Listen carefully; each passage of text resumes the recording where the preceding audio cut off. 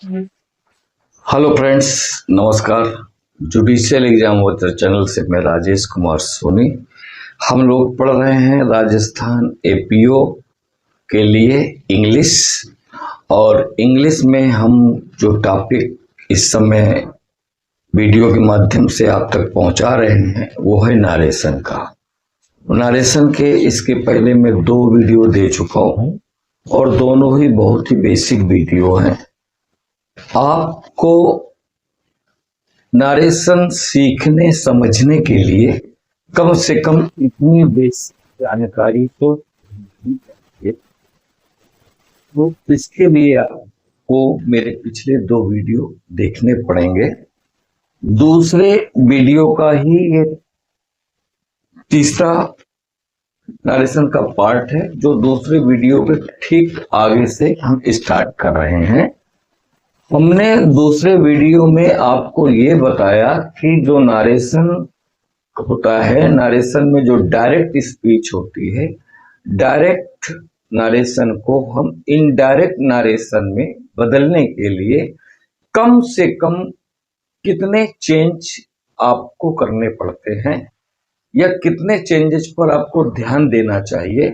अगर ये सारे चेंजेस एक ही सेंटेंस के अंदर आ गए हैं, चूंकि आ सकते हैं, तो वो सारे चेंजेस करने पड़ेंगे या उनमें से कितने चेंजेस आपको दिख रहे हैं वो आपको जरूरी है करना, तो वो करेंगे।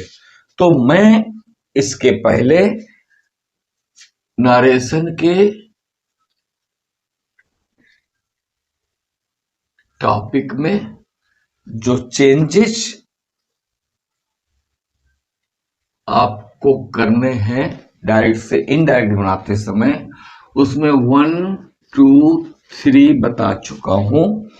अभी हमको 4 चौथे नंबर का हमें चेंज सीखना है। और ये बहुत ही मैं बेसिक से इसलिए बता रहा हूं कि आपके दिमाग में ये सेट हो जाए कि ये चेंज हमें करने हैं और ये चेंज ऐसे होते हैं। तो आपको पर्सन चेंज करना सीखना है। चौथे नंबर का जो चेंज है, आपको देखना है कि आपका जो डायरेक्ट स्पीच का फॉर्मेट है, डायरेक्ट स्पीच का जो फॉर्मेट है वो ऐसा होता है, ये हम मान के चलते हैं। तो ये डायरेक्ट स्पीच है। डायरेक्ट स्पीच में 2 क्लाज होते हैं डायरेक्ट सेंटेंस में। एक बाहर का क्लाज होता है, एक इन्वर्टेड कामा के अंदर का क्लाज होता है। तो हमें इन्वर्टेड कामा के अंदर रिपोर्टेड स्पीच के अंदर आए हुए पर्सन्स को चेंज करना होगा। अब आए हुए जो पर्सन हैं वो चेंज होंगे बाहर जो रिपोर्टिंग स्पीच है उसके सब्जेक्ट और ऑब्जेक्ट के अनुसार। अब आपको पता है कि पर्सन होते हैं 3 और आपको बदलना है सब्जेक्ट और ऑब्जेक्ट के अकॉर्डिंग। तो इसका मतलब ये हुआ कि जो थर्ड पर्सन होगा, अगर वो इन्वर्टेड कामा के अंदर कहीं भी दिखता है तो उसे आपको चेंज नहीं करना है। अब इतनी सारी बातें आप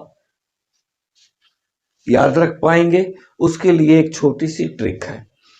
पर्सन चेंज करने के लिए हमें 1, 2, 3 ये याद रखना है और 1, 2, 3 के बटे में ऑब्लिक में SON याद रखना है। इस तरह से हमारा पर्सन चेंज हो जाएगा। अब 1, 2, 3 इन्वर्टेड कामा के अंदर की बात करेगा और SON इन्वर्टेड कामा के बाहर की बात करेगा। तो 123 बटे सन अगर हम याद रखते हैं तो हमें ये पता चलेगा कि S फॉर सब्जेक्ट होगा, O फॉर ऑब्जेक्ट होगा और N फॉर नॉट चेंज होगा या नो चेंज होगा। फर्स्ट 1 का मतलब फर्स्ट पर्सन, 2 का मतलब सेकंड पर्सन और 3 का मतलब थर्ड पर्सन। तो थर्ड पर्सन चेंज नहीं करेंगे। अब अगर फर्स्ट पर्सन है तो इन्वर्टेड कामा के अंदर यहाँ कहीं भी फर्स्ट पर्सन है, पूरे रिपोर्टेड स्पीच के अंदर कहीं भी फर्स्ट पर्सन है और आपको चेंज करना है, तो आप रिपोर्टिंग स्पीच पे आइए और यहाँ इसका सब्जेक्ट देखिए। चूंकि दो क्लाज है तो दोनों क्लाज में कम से कम ये कंडीशन बनेगी, ये कंडीशन बनेगी। तो यहां पर आपको बस इतना याद रखना है कि अगर ये फर्स्ट पर्सन है, अगर ये फर्स्ट पर्सन है तो रिपोर्टिंग स्पीच के सब्जेक्ट के अकॉर्डिंग आपको चेंज करना है। अगर ये फर्स्ट पर्सन है तो भी रिपोर्टिंग स्पीच के सब्जेक्ट के अकॉर्डिंग चेंज करना है। लेकिन अगर यही सेकंड पर्सन होता तो ये सेकंड पर्सन रिपोर्टिंग स्पीच के ऑब्जेक्ट के अकॉर्डिंग चेंज होता, या ये सेकंड पर्सन होता तो ये भी रिपोर्टिंग स्पीच के ऑब्जेक्ट के अकॉर्डिंग ही चेंज होगा। ये चेंज आपको करना है। अब यहाँ कहीं यदि थर्ड पर्सन मिलता है, या तो ये थर्ड पर्सन होता या फिर ये थर्ड पर्सन होता, तो इन दोनों को आपको फिर चेंज नहीं करना है। हम इतना इसको समझ सकते हैं आसानी से, ये आपको याद होगा 123 1 2 3 अपॉन SON, ये आपको याद रखना है। तो ये पर्सन चेंज करना हो गया। अच्छा, एक बात और ये याद रखनी है कि अगर हमने जिसको भी, जिस पर्सन को जिसमें चेंज किया है तो वो सब्जेक्ट और ऑब्जेक्ट के अनुसार वो उसी तरह ही आगे चेंज होता जाएगा। एक बार जिसमें जो चेंज हो जाएगा वो उसी तरह आगे बढ़ता जाएगा। तो ये हुआ पर्सन का चेंज करना। अब पांचवा चेंज आपको करना है, तो जो पांचवा चेंज आपको करना है उसके लिए आपको ये याद रखने हैं कि कुछ शब्द ऐसे हैं जो इन्वर्टेड कामा के अंदर आएंगे, तो उसको आप देखिए।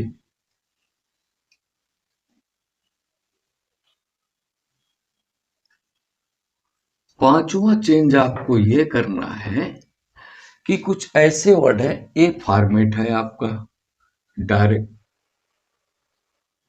ये फॉर्मेट है, ये डायरेक्ट का फॉर्मेट है आपका। अब यहां पर रिपोर्टेड स्पीच के अंदर आपको कुछ ऐसे शब्द मिलेंगे जिनको जनरली चेंज किया जाता है,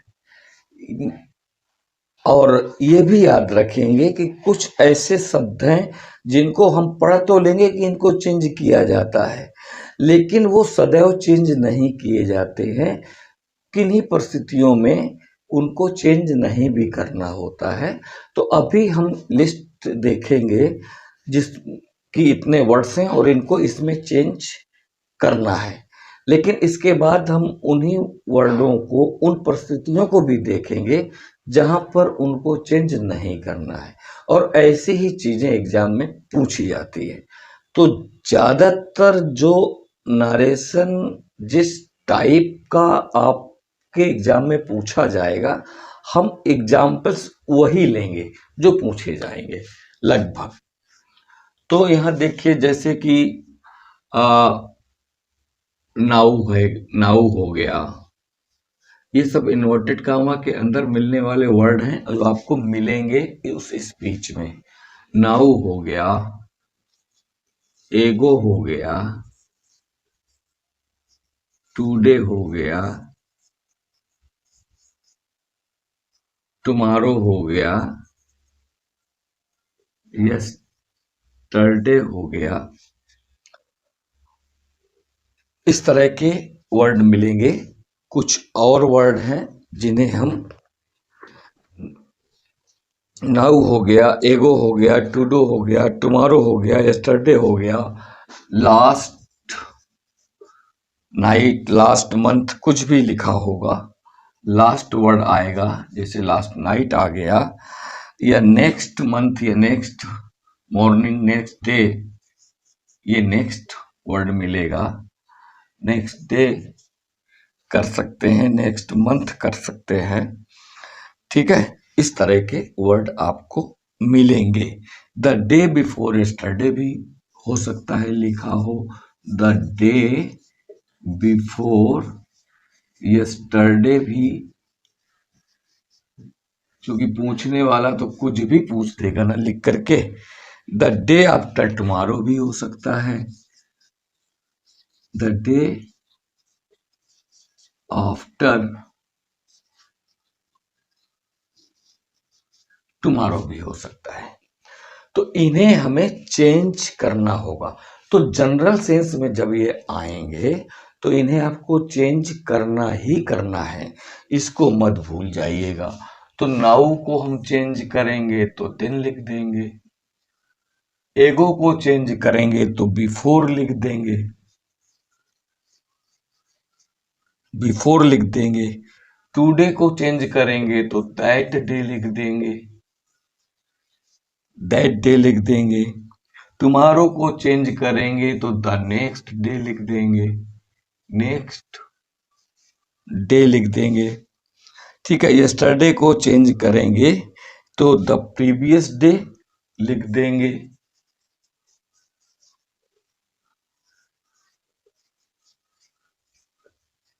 प्रीवियस डे लिख देंगे।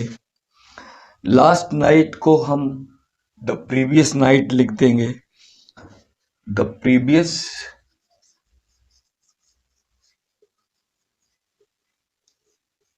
नाइट लिख देंगे। और इसके बाद नेक्स्ट मंथ को द फॉलोइंग, नेक्स्ट डे को द फॉलोइंग डे लिख देंगे,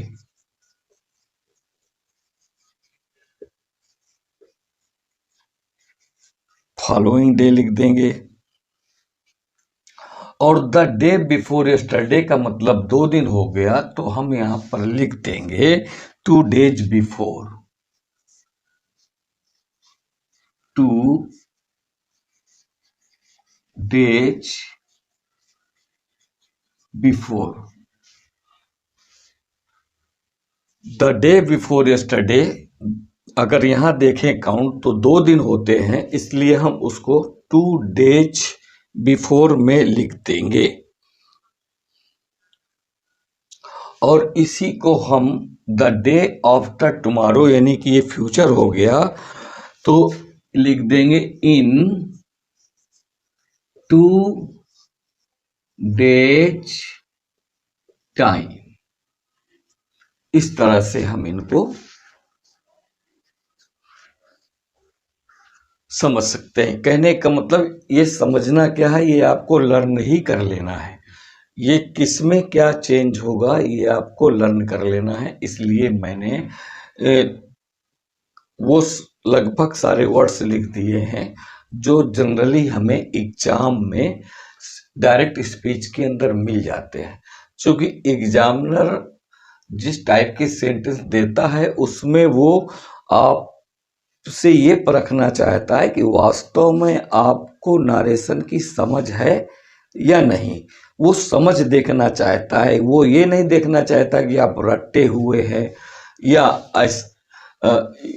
आप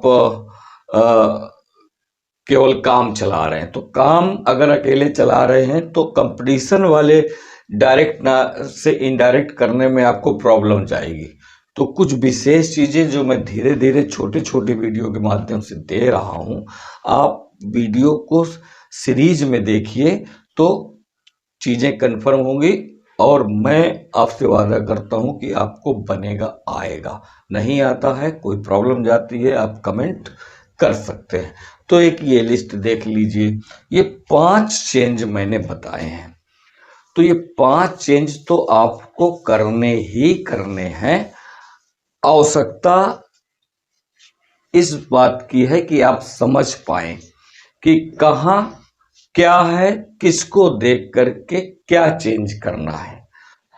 यहाँ तो कुछ नहीं देखना है। यहाँ 5वां चेंज तो ऐसा है कि आपको ये वर्ड मिला तो आप जब इनडायरेक्ट बनाएंगे तो नाउ नहीं रखेंगे, उसकी जगह देन ही रखेंगे, ठीक है। तो इस तरह से कुछ है।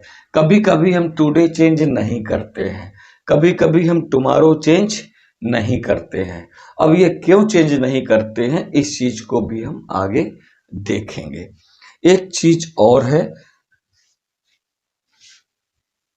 वो भी आप देख लीजिए। उसको हम छठे नंबर पे इसलिए रख रहे हैं क्योंकि वो मॉडल्स हैं। तो अगर आपको सेल बिल मिल रहा है,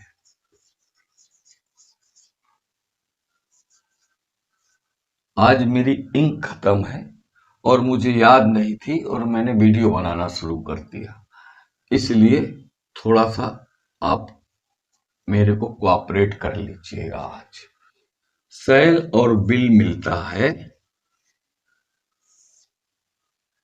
तो ये चेंजेस सारे तब करने हैं जब आपके फॉर्मेट में यहां पर पास्ट टेंस है, यहां पर पास्ट टेंस है, यानी कि V2 यूज की गई है। अगर जनरल बात बोले तो सैड लिखा हुआ है, तो यहां कहीं अगर सेल और बिल आते हैं तो इसका मतलब ये है कि सेल का शुड आपको कर देना है और बिल का वुड कर देना है। ये तो ये हो गया। ये मॉडल भी रहेंगे तब भी आप इस तरह कर लेंगे, फ्यूचर इंडेफिनिट में भी रहेंगे तब भी आपको शुड और वुड करना है। इसके बाद में जितने भी मॉडल होंगे वो सब पास्ट में कन्वर्ट कर देने हैं। अगर मे लिखा है तो माइट कर देना है, कैन लिखा है तो कुड कर देना है। सेल का शुड, बिल का वुड तो आपको पता ही चल गया कि ये होगा।